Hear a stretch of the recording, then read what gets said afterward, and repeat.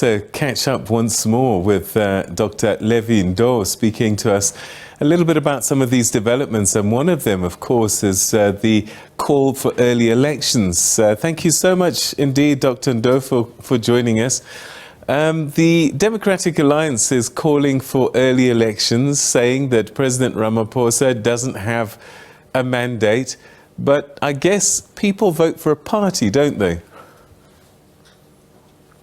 Good evening, Peter. Good evening to the viewers at home.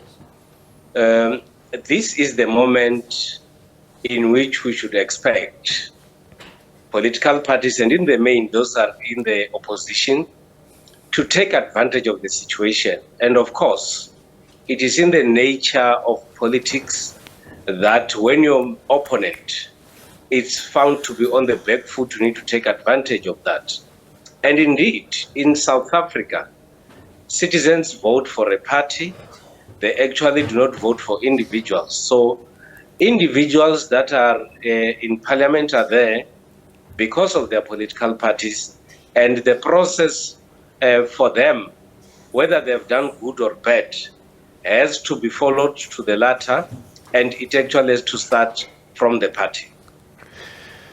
So the decision that the president has to make now, what do you think it might have to be? Well, the decision that the president has to make could have been informed by what actually transpired yesterday. Whether it has got its own legal flaws, whether the president still has to consult with his party, or whether there are other processes that has to follow.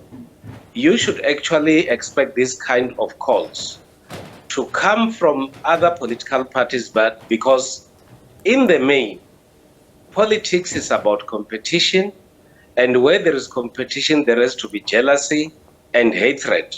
And those that are in the opposition have to be celebrating now that the president of the ANC, which in its extension, the ANC, is in this kind of a situation. So you should actually expect this to happen from the different political parties. Whether they are actually going to make it in their calls for the president to be removed or to move towards early elections is something that we still have to wait and see.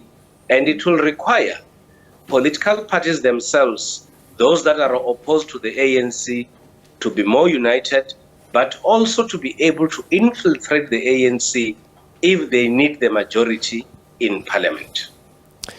Where does the party go to from here, the ANC? Let's assume for a second that President Ramaphosa steps down, and there are reports suggesting that he'd rather step aside than be pushed aside.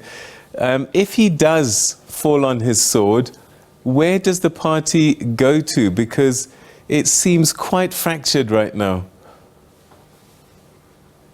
Well, I think that is the reason why we could not hear the president talk to us this evening, because the ANC is known to be the party of processes, the party that will have to sit down, look at the situation, and then take action.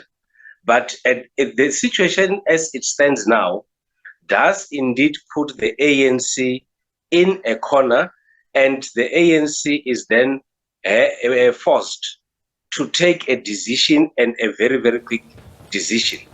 But we need also not to forget the nature of the ANC and how they actually perform their activities.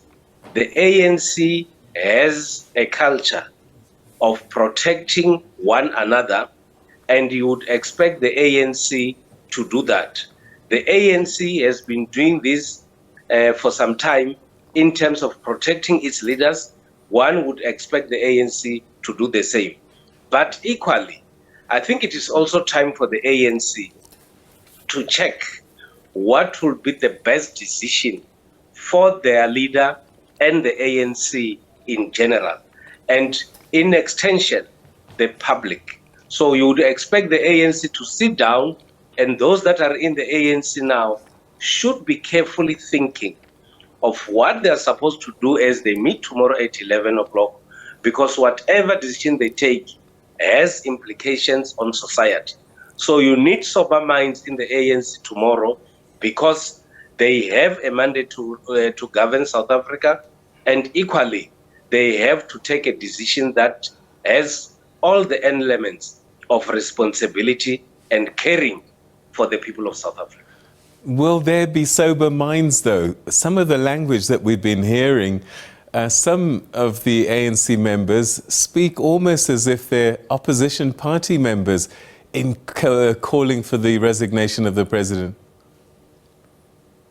That is exactly what you would hear and observe in a party that is not united, in a party that is characterized by factionalism, which has to extend to hatred amongst members of the same party.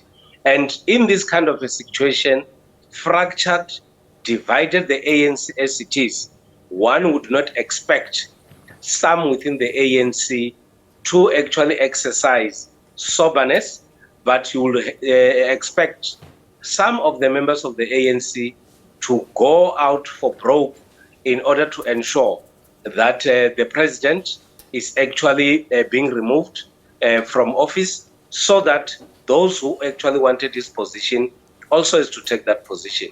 But equally, you need to look at the timing of all these events. They are coming at a time when there is a contestation for positions in the ANC, and there are those already who have raised issues about the processes of nominations.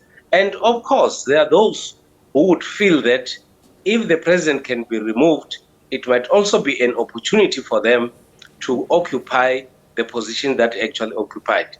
Divided as it is, you'll get mixed feelings, but in the main, one would expect that the ANC, the leaders of the ANC, should be able to sit down and say they have the future of South Africa, and whatever decision they take should be in the best interest of the party and of South Africa at large.